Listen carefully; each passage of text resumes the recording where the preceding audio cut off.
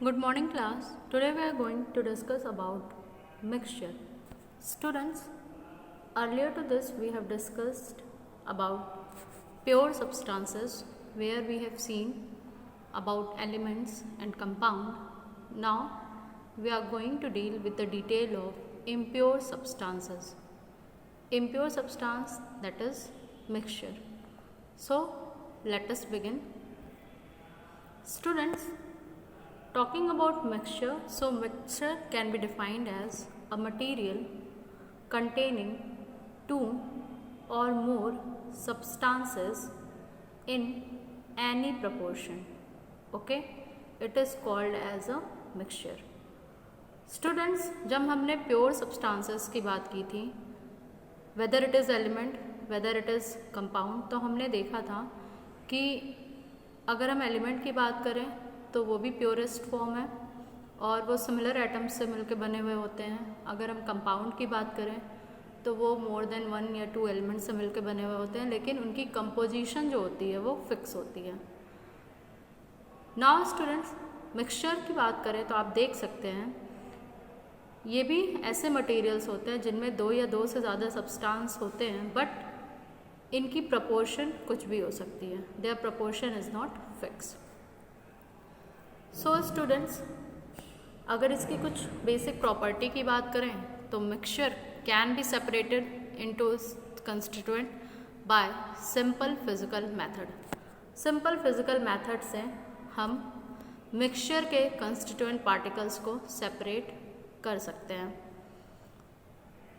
लेकिन स्टूडेंट्स, हमने देखा था अगर हम बात करें एलिमेंट्स की तो हम उनके जो कंस्टिट्यूएंट पार्टिकल्स थे मतलब उनको ब्रेक डाउन नहीं कर सकते थे सिंपलर में. या अगर हम कंपाउंड्स की बात करें तो हमने देखा था कि केमिकल मेथड से उनके कंस्टिट्यूएंट पार्टिकल में हम ब्रेक कर सकते हैं. जैसे कि हमने वाटर का भी केस लिया था, तो उसमें अगर हम इलेक्ट्रिक करंट पास करते हैं तो वो अपने कंपोनेंट्स में ब्रेक डाउन हो जाता है, that is hydrogen and oxygen.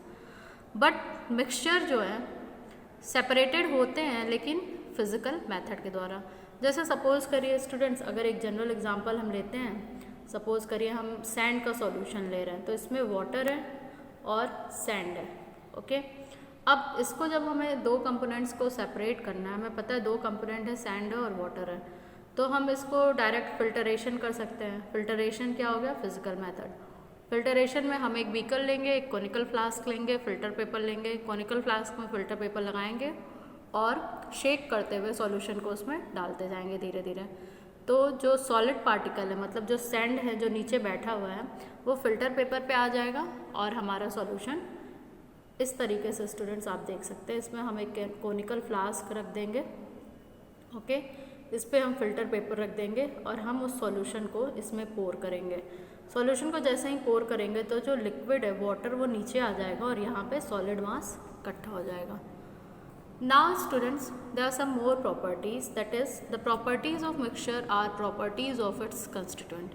Mixture की जो प्रॉपर्टी होती है वो उसके कंस्टिट्यूएंट की प्रॉपर्टी के जैसे ही होती है. जैसे अगर स्टूडेंट सपोज करिए हम एक सॉल्यूशन ले रहे हैं और ये सॉल्यूशन है students, this solution is basically of NaCl and water, common salt और वाटर का सॉल्यूशन है. तो स्टूडेंट्स NaCl हम जानते हैं it is salty in taste, ठीक है. सोडियम क्लोराइड जो कि हम बोलते हैं टेबल सॉल्ट, वो सॉल्टी होता है. तो वो जब हम उसको वाटर में मिक्स करेंगे तो ये मिक्सचर हो गया, और ये मिक्सचर को अगर हम टेस्ट करेंगे तो ये भी क्या होगा? सॉल्टी, ठीक है. तो मतलब जो प्रॉपर्टी होती है मिक्सचर की वो उसके कंस्टिट्यूएंट की प्रॉपर्टीज़ के बराबर ही होती है. एग्जाम्पल के लिए स्टूडेंट्स, मिक्सचर आप एयर ले सकते हैं, स्टील ले सकते हैं, मिल्क ले सकते हैं. एयर आप बचपन से पढ़ते आ रहे हैं, air is a mixture of gases. इसमें नाइट्रोजन है, ऑक्सीजन है, हीलियम है, कई सारी गैसेस हैं. स्टील हो गया, अलग अलग कंपोनेंट से मिलकर बना हुआ है, सिलिकॉन है. मिल्क हो गया, इसमें भी अलग अलग कंपोनेंट्स हैं, प्रोटीन है, फैट्स हैं, विटामिन्स हैं. नाउ स्टूडेंट्स, बात करते हैं हम टाइप ऑफ मिक्सचर की.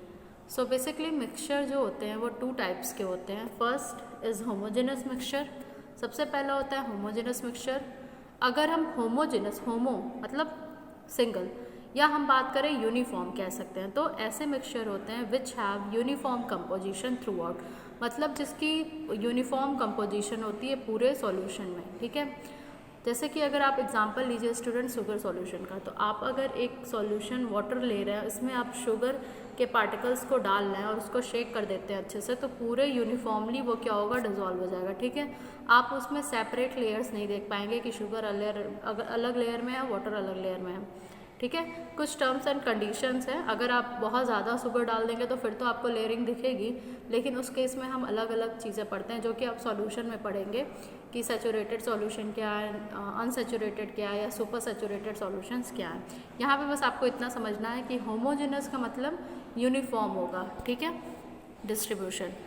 Second is students heterogeneous mixture. अगर हम बात करें हेट्रोजेनस मिक्सचर की, so these are the mixtures which have non uniform composition. इनकी कंपोजिशन क्या होती है, नॉन यूनिफॉर्म होती है पूरे सैंपल में। जैसे अगर आप एक एग्जांपल ले लीजिए स्टूडेंट्स, आप वाटर ले रहे हैं और आप वाटर में सैंड के पार्टिकल्स को डाल रहे हैं, तो जब आप देखेंगे इसका कोई भी सैंपल, मान लीजिए आप किसी साइड से थोड़ा सा वो सैंपल लिए, तो आपको क्या दिखेगा, किसी हिस्से में आपको ग्रेवल्स दिखेंगे, क्ले दिखेंगे, बहुत ज़्यादा आपको कंपोनेंट्स इधर उधर दिखेंगे, मतलब उसमें यूनिफॉर्मिटी नहीं होगी। ठीक है, कहीं पे सैंड ज़्यादा होगा, कहीं पे क्ले कम होगा, कहीं पे क्ले ज़्यादा होगा, कहीं पे सैंड कम होगा। तो इस तरीके से आप देखेंगे कि यहाँ पे जो कंपोजिशन है वो नॉन यूनिफॉर्म है, और नॉन यूनिफॉर्म कंपोजिशन होने की वजह से इसे हम क्या कहते हैं, हेट्रोजेनस मिक्सचर।